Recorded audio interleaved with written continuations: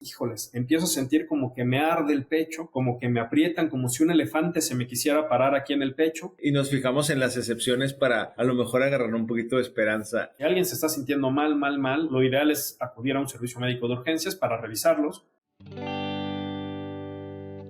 Hola y bienvenidos a MedTech por Doctores Especialistas. En este episodio tengo como invitado al doctor Mauro Echavarría, que es cardiólogo intervencionista con más de 15 años de experiencia y que tiene su práctica en la ciudad de Querétaro. Y nuestro tema va a ser angina de pecho, ese dolor que se siente en el pecho en ocasiones. Hola, ¿qué tal, doctor Mauro? ¿Cómo se encuentra el día de hoy? Muy bien, ¿y tú, Kurt? También gracias por darnos este tiempo para aclarar estas dudas y pues a comenzar. ¿Qué es la angina de pecho o por qué ese nombre tan pirata que le pusieron? Bueno, es un nombre muy romántico de la medicina, es un nombre que viene pues desde hace 1700, 1800. Las anginas, todos las conocemos como dos pequeñas estaciones de policía donde tenemos muchas defensas que están localizados aquí en el fondo de la garganta. Cuando éramos niños y nos dolía mucho la garganta y teníamos que comer helado para que se nos pasara este dolor, esas son las anginas, son las amígdalas. Y en la descripción original de esto, hombre, pues es que era un dolor de la garganta, parecido al dolor que producen las anginas, pero también bajaba el pecho. Y esto es una descripción clásica desde hace 1700, 1800, ¿no? Y es un nombre, como hay muchos en medicina, que no hemos querido cambiar porque tienen mucha historia y mucho significado atrás.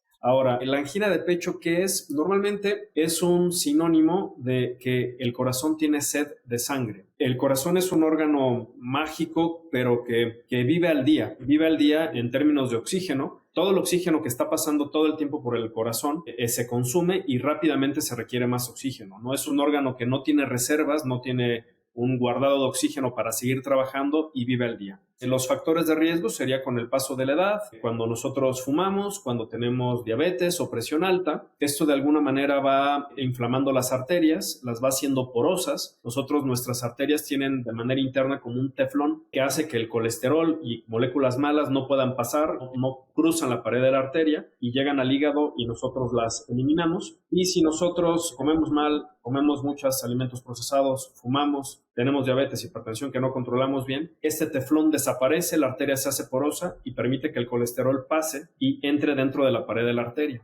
Y el problema aquí, Kurt, es que nosotros no tenemos mecanismos para limpiar las arterias de este colesterol. Es como si yo a ti te clavo una astilla de madera y no te la saco y se queda ahí. Lo que le va a pasar a esa astilla es que se va a encapsular, se va a encarnar, se va a calcificar alrededor de ella. Es la manera del cuerpo de aislar este problema y eso es lo que le pasa al colesterol en nuestras arterias. Se va encapsulando, se va calcificando y las arterias se van llenando gradualmente de colesterol, de sarro, y el lumen de la arteria va disminuyendo. Y al disminuir el lumen de la arteria, finalmente, si el corazón requiere, por ejemplo, 100 mililitros de sangre por minuto, pues la arteria tapadita ya no permite que pasen estos 100 mililitros, a lo mejor pasan 60. Y esta sed de sangre que tiene el corazón, cuando nosotros caminamos principalmente, el tipo de dolor que nos da cuando el corazón tiene sed de sangre, es un dolor que no lo podemos localizar bien. Normalmente es una opresión en el centro de pecho, falta de aire, y esta falta de aire y esta opresión puede subir hacia el cuello o irradiar hacia los brazos o a la espalda, y esto es lo que es la angina de pecho.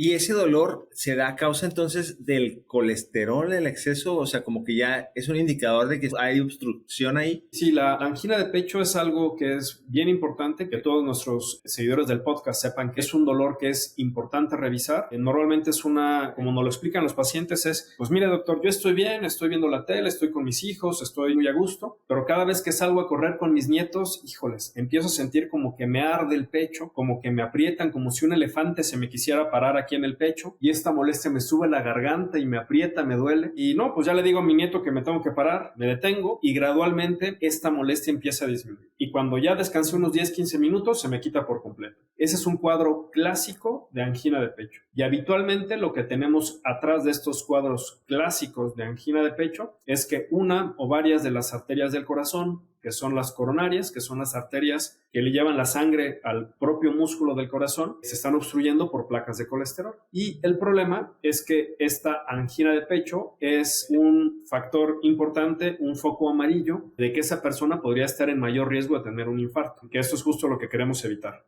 Una de las preguntas era ¿qué se siente lo del elefante? Digo, nunca se va a subir un elefante encima, pero yo supongo que se ha de sentir súper fuerte, así como que has de sentir algo muy pesado, ¿no? Y lo otro es, ¿cuánto dura más o menos el efecto del dolor? Porque Ahorita que lo estaba describiendo, yo soy un hipocondríaco de lo peor, ¿eh? O sea, yo cada programa que tengo estoy viendo qué me da y me identifico con los síntomas. Pero ya al día siguiente lo bueno es que se me pasa. Pero, por ejemplo, ¿cuánto dura el episodio más o menos de dolor? Y la otra es, habemos gente que a lo mejor hacemos deporte y yo en ocasiones, no cuando estoy haciendo ejercicio, que hago un movimiento, empiezo a sentir como que una torcedura de pecho y luego que se te va hasta la espalda y hasta sudas, pero sientes como que es una contractura muscular y luego ya como que me empiezo a estirar y ya la sueltas. No me ha dado cuando hago ejercicio. Entonces, ahí esas dos cosas, ¿cuánto dura y cómo, si hay alguna cosa que pueda distinguirlo de que sea un calambre muscular, ¿no? O algo que estés tú de que, o sea, porque si no, entonces yo ya tengo angina de pecho desde hace como 10 años. Sí, no, yo creo que tú no tienes angina de pecho, quédate tranquilo, Kurt. A ver, lo primero que tenemos que hacer como profesionales de la salud es ver si alguien tiene algo de incomodidad en el pecho. Primero hacemos algo que se llama historia clínica, que es preguntarte tu estilo de vida y qué enfermedades tienes. No es lo mismo que alguien tenga algo de incomodidad en el pecho, pues que sea un joven, que no fume, que no tenga historia familiar de gente que ha tenido infartos, que no tenga diabetes, que no tenga hipertensión, que haga deporte.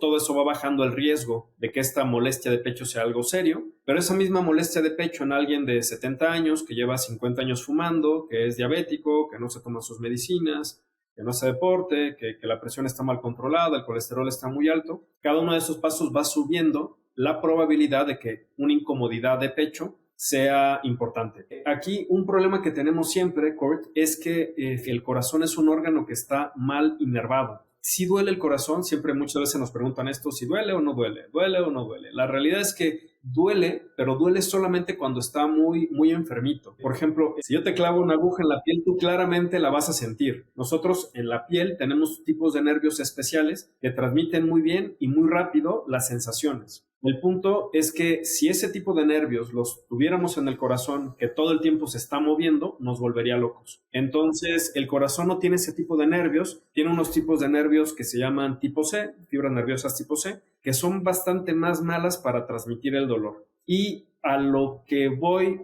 para la molestia que me platicas, normalmente dolores que son rápidos, las típicas punzadas, ¿no? Es que doctor, siento que me clavan un cuchillo y se me quita. O me muevo y me clavan algo y se me quita.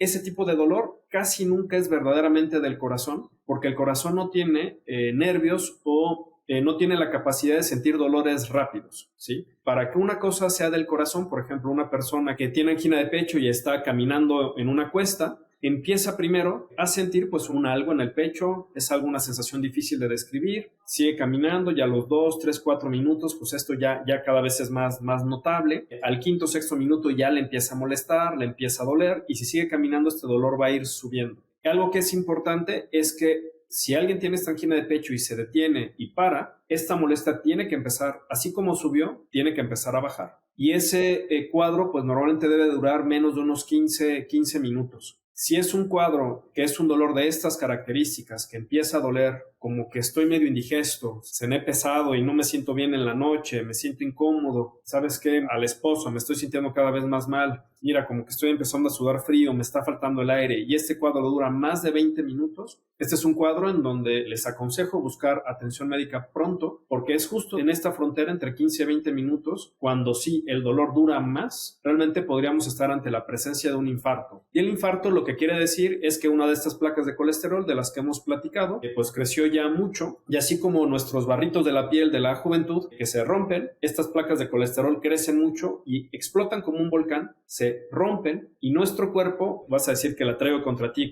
pero si yo te corto con un cuchillo, tu cuerpo va a querer hacer un coágulo para tapar esta herida y que no pierda sangre, ¿sí? Lo mismo pasa dentro de las arterias. Si una de estas placas de colesterol tiene una herida y se corta, aquí hay una herida interna y esta herida interna el cuerpo no sabe, ¿no? Las plaquetas no son listas, no saben de dónde está esta herida y ellas dicen, pues aquí hay un hoyo, hay algo que está roto, yo lo debo de arreglar y se empieza a formar un coágulo sobre esta placa de colesterol rota, al igual que como se forma sobre una herida de la mano, pero el problema es que en este coágulo, aunque sea muy pequeñito, en una arteria que es muy pequeñita la puede tapar y ahora sí no pasar nada de sangre y el músculo pasa de tener sed de sangre a empezarse a lastimar muy rápidamente y eso es lo que es el proceso de un infarto. Entonces ahí el doctor diferencia de una angina de pecho a un infarto, el tiempo que dura. Mira, la angina de pecho hay de dos tipos, una que le decimos estable y esto es el señor de 70 años que me va a ver a la consulta ¿Sabe qué, doctor? Yo desde hace 15 años, cada vez que voy a hacer deporte o que salgo a pasear al campo, a mí me aprieta el pecho, pero ya lo conozco bien, me detengo y se me quita. Y después puedo seguir caminando, me empieza a incomodar, me detengo y se me quita. Oiga, don Juan, ¿y desde hace cuánto tiene esa molestia? Pues desde hace 10 años. ¿Y le ha cambiado? Pues no, pero vengo a que me cheque. Ese tipo de dolor le decimos una angina de pecho, pero de patrón estable, porque no se ha modificado la forma de esta molestia desde hace muchos años. Y hay otra angina de pecho que es de patrón inestable, que esa es o que acaba de empezar en estos 3 meses. ¿Sabe qué, doctor? Pues yo hacía mucho deporte, yo jugaba squash, o yo siempre iba todas las tardes a caminar con mi esposa, y desde hace un mes, cada vez que camino, me aprieta el pecho. Ese le decimos una angina que es inestable porque acaba de empezar, y esa médicamente se le llama angina inestable, que es de reciente inicio. Y la otra angina inestable es que, doctor, pues yo estoy bien y de repente me duele en la noche, me aprieta el pecho, me siento mal, sudo frío y después se me quita. Y oiga, don Juan, ¿y estaba usted haciendo deporte? No, estaba tranquilo intentando dormirme. Una angina que se presenta sin ejercicio también es una angina que no nos gusta mucho, porque habla de que estas placas de colesterol pueden estar medio inestables, como queriendo tapar o no la arteria. Ese tipo de angina pues tiene un mayor riesgo de progresar a tapar la arteria, que es lo que ya hablamos que es el infarto agudo del miocardio. Ahorita dijo algo que a ver si algún otro hipocondriaco identifica. Cuando es muscular, o sea, sientes el músculo. O sea, que dolor del músculo. Y yo asumo que la angina de pecho no es tanto un dolor, sino como una sensación, ¿no? O sea, porque como dice, tiene terminaciones, el músculo duele. O sea, vas a sentir la presión, ¿no? O algo. Y esto, como no tiene músculos, es más bien como una sensación. Supongo que esa es la diferencia. Sí, hay bastantes diferencias y esa es una muy buena pregunta. El dolor que no nos gusta es el que ya platiqué, habitualmente es en personas que tienen factores de riesgo de corazón, que fuman, tienen diabetes, hipertensión o gente mayor, en donde tienen un dolor que es opresión. Normalmente el dolor malo es aprieta el pecho, se sube a la garganta o brazos o espalda y tiene falta de aire o sudor frío. Esas son las características que prenden una alerta amarilla en donde casi siempre tenemos que hacer más cosas. ¿Ok? El dolor muscular, pues habitualmente es en gente más joven que tiene menores factores de riesgo y es un dolor que lo localizan muy bien. Voy a bajar esto un poco para que me puedan ver por acá. Es que ¿sabe qué, doctor? Me duele aquí. Exactamente aquí. Y el otro día fui al gimnasio, le subí al press de pecho y desde ahí me toco yo y me duele. Y cuando los revisamos los cartílagos costales y encontramos, y hay un grito en la consulta. Y eso habitualmente es que se inflaman los cartílagos costales, así como cuando nos torcemos el tobillo o tenemos un problema de rodilla. Aquí nosotros tenemos las costillas que se juntan a un hueso que se llama el esternón y lo que une las costillas con este hueso que se llama esternón se llaman cartílagos costales, que son elásticos y los podemos lastimar. Y cuando estos se inflaman da un dolor, una incomodidad, y esto habitualmente la persona le duele el pecho, lo siente localizado en un punto, y si respiran profundo, ¡ay, me duele, doctor! Me duele más. Y esto lo vemos, por ejemplo, pues en gente que hace deporte. Es muy común también en las mujeres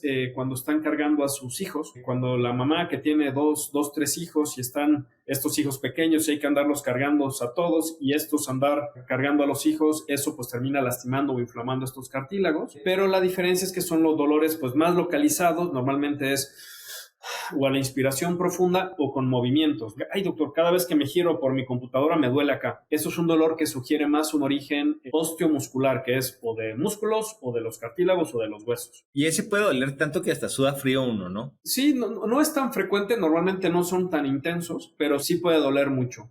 Y la parte del estrés, de la ansiedad, hay que quitar el tabú de hablar, todos tenemos estrés, todos hemos tenido crisis de ansiedad. Este tabú de aceptar que parte de nuestra vida moderna es llevar mucho estrés sobre nuestras espaldas, hay que irlo quitando, rompiéndolo, ¿no? Y aceptándolo porque pues la primera parte para poder tratar algo es reconocer que la tenemos, ¿no? Y esta parte del estrés, ansiedad, nosotros los cardiólogos lo vemos mucho. Y esto pues es habitualmente en personas que tienen preocupación de su salud, que están preocupados de que algo malo les pueda pasar, ¿no?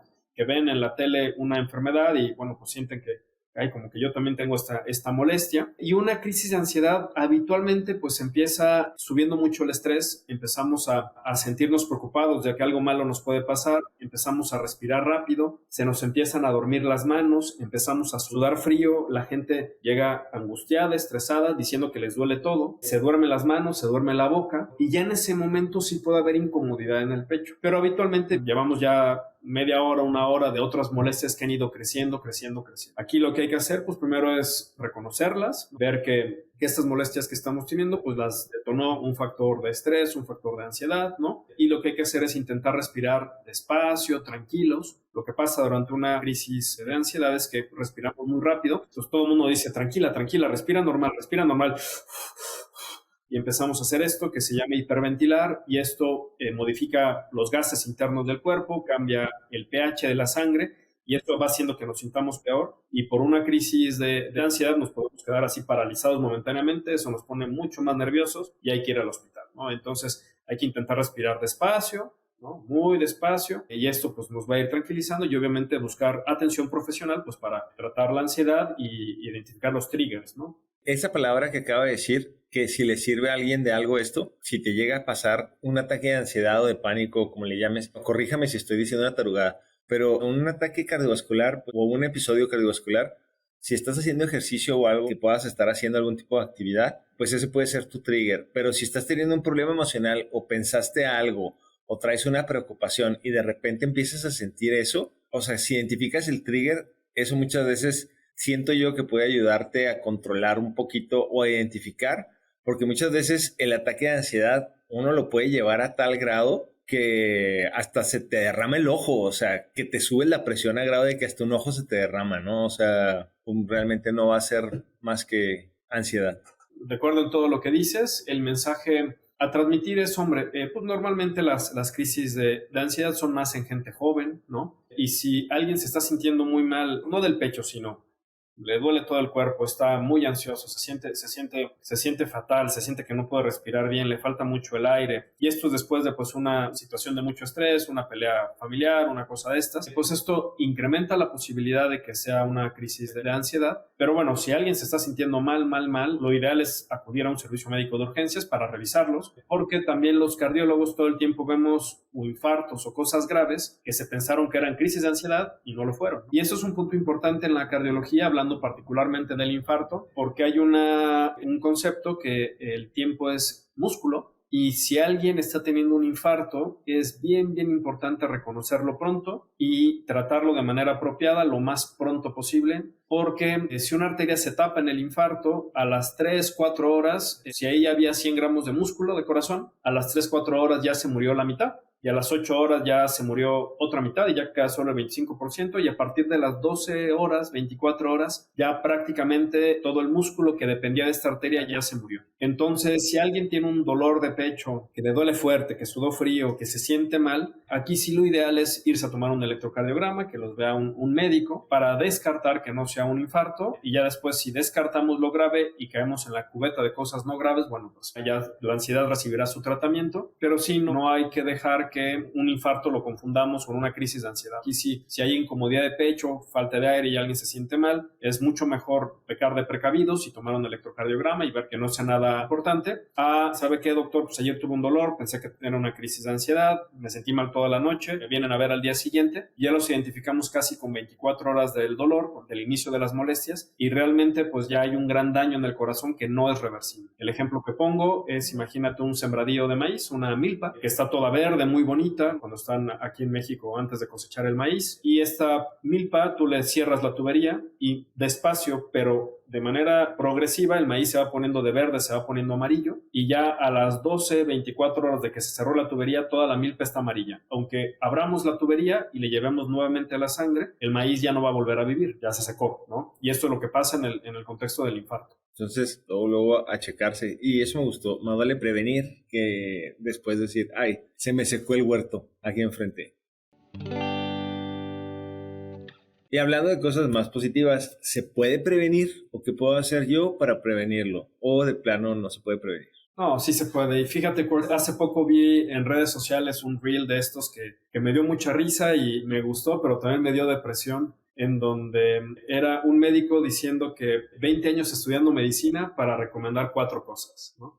Y estas 4 cosas es hacer deporte, comer bien, dormir bien y evitar cosas que nos hacen daño y evitar vicios, que esto sería el tabaco y el exceso del alcohol. La verdad es que haciendo estas 4 cosas, es lo que nosotros activamente podemos hacer pues para retrasar las enfermedades cardiovasculares. Nosotros, este tipo de enfermedades, les decimos enfermedades multifactoriales, que eso quiere decir que dependen de muchas cosas. Un tercio depende pues más o menos de nuestros genes y eso es algo que es una ruleta genética que pues no la podemos cambiar. Tú tienes tus genes, yo tengo los míos. Cómo vayan a combinarse y evolucionar estos a lo largo de nuestras vidas, pues realmente no hay manera de saberlo ni nos tenemos que preocupar de eso. Pero bueno, sí es importante, por ejemplo, si alguien tiene familiares, sobre todo jóvenes, que a los 50 años, uy, es que sí, fíjese, mi papá ya tuvo infarto, sus 3 hermanos tuvieron infarto y todos los tuvieron abajo de los 50 años. Esa persona en particular sí tiene una gran carga genética que merece la pena investigarle algunos problemas de colesterol, algunos problemas del azúcar, de otras cosas, para ver si no hay algo que podamos tratar de una manera temprana y evitar este tipo de problemas. Pero para aquellos que no tengamos una gran carga genética para temas cardíacos, realmente lo que podemos hacer es estas 4 cosas: hacer deporte, comer bien, dormir bien y evitar malos hábitos, que es el tabaco y el exceso del alcohol. El hacer deporte, la recomendación, cada vez está más claro que lo ideal es combinar algo de ejercicio para hacer fuerza y cardio, ¿ok?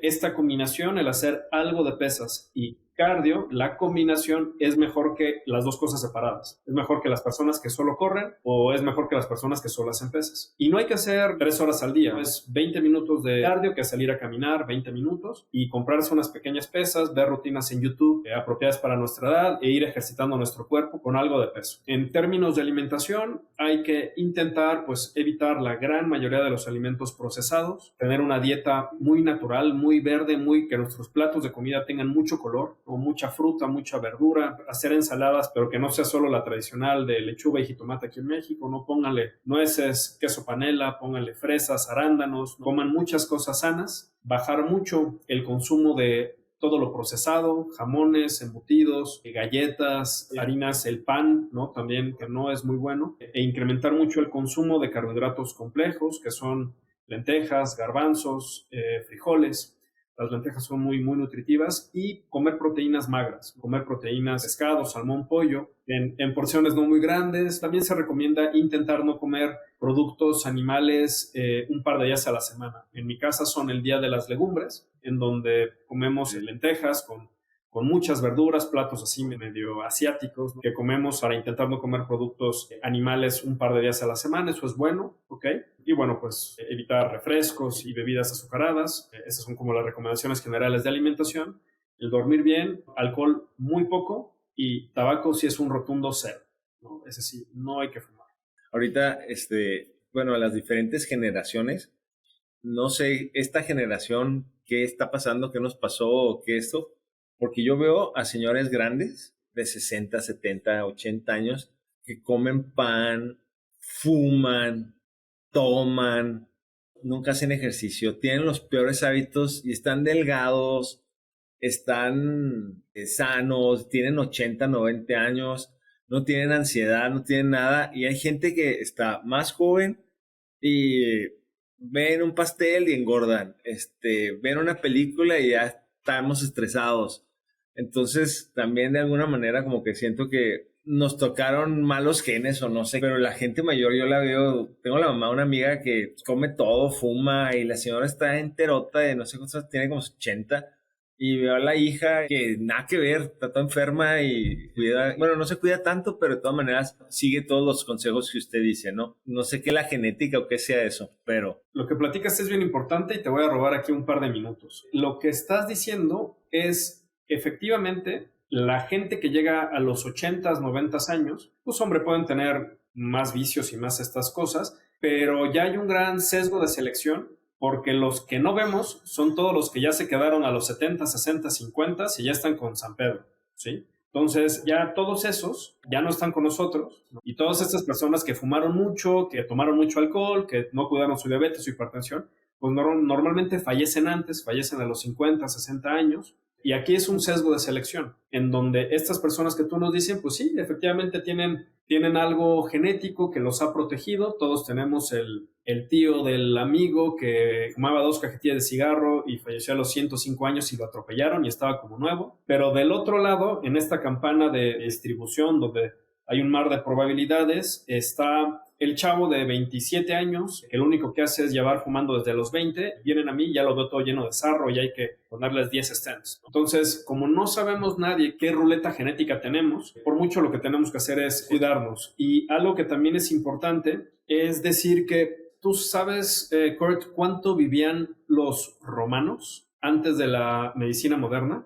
Tengo entendido que hasta los 30, algo así. Exactamente. No, más o menos la edad media de los romanos era alrededor de 30 años. Yo tengo 40 bajos, yo ya sería uno de los viejos, los consejos estos, que habría sobrevivido 3, 4 batallas, pero con el paso de la medicina moderna, pues cada vez estamos viviendo más, pues aparece el fuego, aparecen más cosas de higiene, llegamos a los 40, después a lo que nos mataba a todos eran las infecciones, ¿no? Aparecen los antibióticos en 1930 con la penicilina, vencemos las infecciones y pateamos una década más a los 50, que es cuando hace 100 años la gente que ya llegaba a los 40 y ahí aparece normalmente la diabetes y la hipertensión. Una diabetes y hipertensión no tratadas normalmente toma la vida a los 50. Aparecen los tratamientos de enfermedades crónicas, pateamos una década más, llegamos a los 60, aparece el infarto, aparecen las complicaciones de esta diabetes y de esta hipertensión, llegamos a la década de los 60 y tenemos todos los temas cardíacos y de los 70 para acá ha avanzado mucho la cardiología.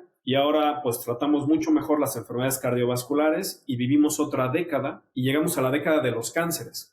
Entonces, estas personas que tú dices es que pues yo me fumo 2 cajetillas porque de algo me he de morir, normalmente se morían antes, ¿no? Normalmente llegaban a los 50, 60 y pasaba otra cosa. Sí, pasaba un cáncer, pasaba un infarto, pero ya con el tratamiento que tenemos actualmente, muchos de estos temas cardíacos tienen tratamiento y podemos prolongar mucho la calidad y cantidad de vida. Aparecen los temas oncológicos y con toda la revolución que está habiendo en torno a la inteligencia artificial y análisis de grandes datos en oncología, muy posiblemente en 10 años, muchísimos cánceres que ahora no son curables posiblemente lo sean, y extenderemos 10 años más nuestra sobrevida y llegaremos a los 80s, 90s. Tú y yo posiblemente somos la primera generación que llegamos a los 90s. Bien, y eso dependerá de cómo cuidemos nuestros templos en términos del deporte y nuestra alimentación. Entonces, ese ejemplo del viejito que estaba muy bien, pues es un outlier, es un caso, son las excepciones, porque la regla es que ya todos los que fumaron mucho o se portaban mal ya no estén con nosotros y por eso no los vemos, ¿no? Y son las excepciones. Pienso yo que como es algo que nos conviene, ¿no? Porque, pues, o sea, ¿quién no quiere estar comiendo pastel? ¿Quién no quiere estar fumando? O los que toman. O sea, ¿quién no quiere estar haciendo eso, no? O sea, digo, y nos fijamos en las excepciones para a lo mejor agarrar un poquito de esperanza. Es que no pasa nada. ¿Y cómo se trata cuando ya te identificaste que no es estrés, que no es muscular, que en verdad traes un problema de angina de pecho? De menos a más, ¿cuáles son los tratamientos? Esa es una muy buena pregunta. Lo primero siempre pues es acercarse a un profesional cualificado para atender este tipo de situaciones médicas y aquí hay una escalera de tratamientos. Primero es modificar lo más que podamos nuestro estilo de vida, enfatizando el suspender el hábito de tabaco, la alimentación, el deporte, etcétera. Y después tenemos que optimizar los medicamentos que son para tratar la enfermedad que se llama cardiopatía isquémica, ¿no? Estos medicamentos pueden ser para controlar muy bien la diabetes, la presión, medicamentos que tranquilizan al corazón para que esté más relajado, que lata un poco más despacio y así disminuir la molestia. Y si este tratamiento médico, que es una escalera, realmente no es tan exitoso o hay muchas molestias a pesar del tratamiento médico, podemos proponer procedimientos invasivos como el cateterismo cardíaco, que normalmente es un piquete aquí en la muñeca y a través de aquí llegamos hacia el corazón, no es nada a corazón abierto y con un aparato especial de rayos X tomamos fotos de diferentes perspectivas y ángulos de la circulación del corazón, identificamos dónde están las zonas estrechas y dependiendo del número y de la localización de las zonas estrechas, pues ya tomaremos la decisión junto con ustedes de cómo lo debemos arreglar. Si es algo sencillo y son pocos los estrechamientos, habitualmente esto lo podemos resolver con mallitas de metal que se llaman stents, en donde nosotros entramos, inflamos globitos y apachurramos hacia afuera este colesterol y ponemos un tubito de metal que le da andamiaje a la arteria para evitar que se vuelva a cerrar. Pero si la cantidad de colesterol es muy grande y hay muchos estrechamientos y se requiere demasiado metal, en este tipo de casos puede ser incluso necesario recomendar una cirugía a corazón abierto, en donde un cirujano coloca bypass después de las placas de colesterol para así llevarle mayor sangre al corazón. Pues muchas gracias, doctor. La verdad estuvo muy interesante y nos aclaró muchas dudas. Vamos a dejar la tarjeta digital del doctor para si lo quieren contactar. Vamos a poner sus WhatsApps, toda la información que tenemos de él. Le dejo los últimos segundos. No sé si tenga algo que quiera agregar para despedirse. No, muchas gracias, Corti. Este tipo de información dirigida al público general siempre es sumamente útil. Cuídense, coman bien, hagamos deporte, dormamos bien y evitemos vicios, ¿no? Y eso es lo que médicamente hay que hacer para tener una buena vida y te agradezco mucho el espacio. Gracias. No, muchas gracias a usted. Hasta luego.